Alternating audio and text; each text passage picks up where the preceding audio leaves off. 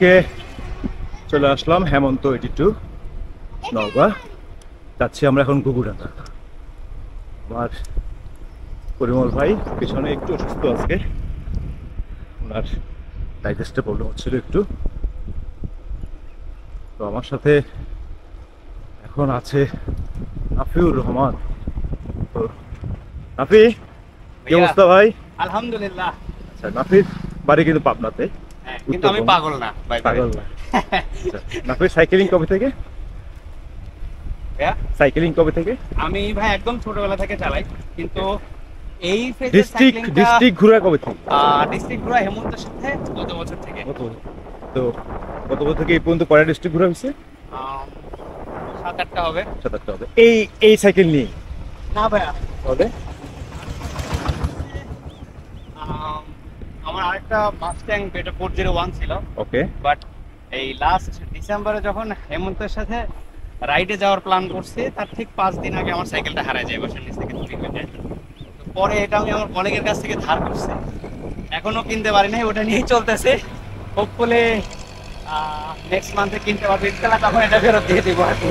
তো আসলে ব্যাপারটা কিন্তু খুব চ্যালেঞ্জিং এবং মজাদার এবং হাস্যকর এবং খুব বেদনাদায়ক যে একজনের সাইকেল হারা গিয়েছে, কিন্তু মজার বিষয় হচ্ছে তারই ফ্রেন্ড চোখ বন্ধ করে তাকে আবার ধারও দিয়েছে যে তুমি লং ড্রাইভে যাও, ঘুরে আসো, তোমার শখ পূর্ণ করো। এই বিষয়টা কিন্তু আসলে খুব একটা দেখা যায় না।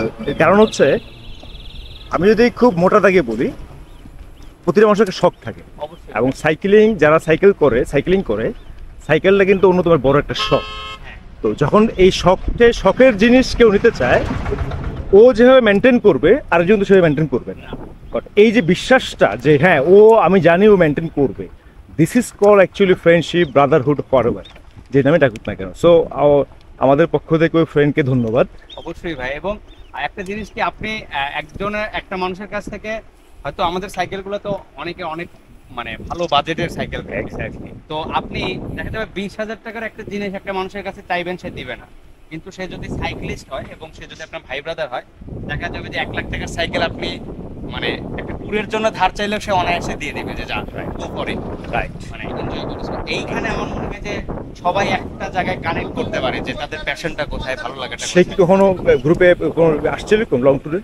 না আসে না। তার মানে কতটুকু সে স্যাক্রিফাইস হইলে সেটা করতে পারে। এবং ভাইয়া এই সাইকেলটা উনি আমার কলিগ আর কি, আমি ওনাকে অনেক বলে যে ভাই একটা সাইকেল কিনে খুব এনজয় করা যাবে। এবং আচ্ছা, উনি সাইকেল কিনছে কিন্তু চালাইতো না, মানে উনি ওরকম সময় পায় না। তারপরেও সবচেয়ে বড় কথা, বিয়ে করছে রিসেন্টলি, সো উনিও হয়তো অন্য কিছু চালায়, আমি ওনার সাইকেলটা নিয়ে চালাচ্ছি। আচ্ছা, এটা মজার বিষয় হচ্ছে এই সোনাপাড়া এখানে প্রচুর ম্যাক্সিমাম, আমি যদি বলি যে এখানে 98% হচ্ছে মাটির ঘর, এবং মাটির সবই দোতলা নিচতলা, এবং মাটির উপরে ওরা সিমেন্টের প্রলেপ দেয় যাতে করে ঘর না ভিজে বৃষ্টিতে। এই কারণে নাফি কি এখন সাইকেল কিনো, তাহলে কি ওই যে মাস্টারিং কিনে, মানে অন্য কোনো সাইকেল? ভাই আমি কেজ 200টা দেখে রাখছি। এই তো দাম বেশি। হ্যাঁ একটু। এই কোন দিকে ভাই, সাইকেল কোন দিকে আছে? ধন্যবাদ। এখন ওইটাই প্ল্যান আর কি। এদিক তো ভাই, শিওর তো? দেখা যাক ইনশাআল্লাহ, বাকিটা আল্লাহ। ওকে, স্বপ্ন পূরণ হোক নাফি, ধন্যবাদ। এবং আমি আরেকটা জিনিস অ্যাড করতে চাই, আমি নরমালি আগে ম্যাক্সিমাম আমার যত ট্রিপ বিভিন্ন জেলা হোক, আমি সবই সোলো ট্রিপ করছি। তো যেটা হয়েছে যে আমার হলো স্যাটারডে সানডে অফ থাকে, তো ফ্রাইডের কোনো রাইড গুলাতে আমি পার্টিসিপেট করতে পারি না। ওকে। তো লাস্ট ইয়ারে আমি একটু ডিপ্রেসডও ছিলাম, মানে সাইক্লিং আমার কাছে মানে কাইন্ড অফ মেডিসিন। যখন খুব খারাপ লাগে সাইকেল নিয়ে বের হই। ওকে। তো এবার আমি মানে অনেকদিন ধরে বাইরে একটু নাফি একটু অফ করি না, তুমি যাও, তুমি সাইকেল রানিং করো, গাড়ির সাইড দিয়ে।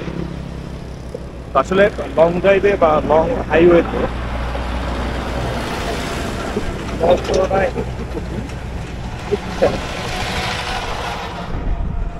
আচ্ছা হ্যাঁ, আমরা যেখানে ছিলাম, এবার আমি প্ল্যান করতেছিলাম যে একটু বাইরে কোথাও যাবো। বাইরে দেশের বাইরে? মানে না ও আচ্ছা, ঢাকার বাইরে, বাইরের কোনো জেলাতে মানে লং রাইডে যাবো আর কি। ওকে। তো হঠাৎ করে আমার ফেসবুকে মানে হঠাৎ করে আসলে হেমন্ত লং রাইড, এবং সেটা হলো মনে হয় কাপ্তাইতে। হ্যাঁ। এবং আপনারা আসার পরে মনে হয় পোস্ট গুলা দেওয়া, আমি তো এটা যাইতে পারতাম। আচ্ছা। তারপরে আমি মানে খুব ধান্দায় ছিলাম যে কবে আবার হেমন্ত কবে রাইড হবে। এবং নেক্সট যখন রাইড হয়েছে হ্যাঁ। মানে জাস্ট ফর্মটা দিছে, আমি দেখে আগে ফর্ম ফিল আপ করছি। আমি অফিস থেকে আমাকে ছুটি দিবে কি দিবে না আমি কিছুই জানি না।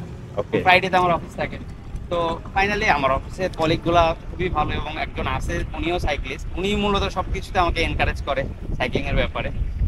তো ভাইয়েরা বললো যে ঠিক আছে যাও। আমার এখন নেশা হয়ে গেছে। ওকে এবং দ্যাটস গুড। হেমন্তর সাথে এসে আমি আরো বেশ কিছু গ্রুপের সাথে গেছি। আমি কাউকেই ছোট করছি না অবভিয়াসলি, কিন্তু আমার কাছে মনে হয়েছে যে হেমন্তের ভেতরে এমন একটা কিছু আছে যেটা আকর্ষণ করে। হ্যাঁ হ্যাঁ, যেটা মানে আকর্ষণীয় এবং খুব এনজয়েবল। Okay. এই যে এখানে মানে সবাইকে যে ভাই ডাকার যে ট্রেন্ডটা, আমার যে কাউকে চাচা টাকা লাগতেছে না এখানে দাঁড়িয়ে থেকে বাট চাচার বয়সী কিন্তু। হ্যাঁ হ্যাঁ হ্যাঁ, তাকে আমার চাচা টাকা লাগতেছে না, সে যে আমার ভাই। এই জিনিসটা আমাকে মানে তারা ফিল করাইছে। আমি বলবো যে thank you to Hemanta riders everyone, যারা এই রাইডগুলা পরিচালনা করতে মানে সহযোগিতা করে। Thank you so much. আচ্ছা আমরা থ্যাংক ইউ, আমরা ব্লগ শেষ করছি কারণ আমরা অনেক পিছিয়ে পড়ে গিয়েছি, আমাদের গ্রুপ অনেক দূর চলে গেছে, তো আমরা একটু আগাই। Okay thank you Nafiur Rahman, ওর হবে নতুন সাইক্লিস্ট আমাদের সাথে অবশ্যই। ইনশাআল্লাহ। Okay take care.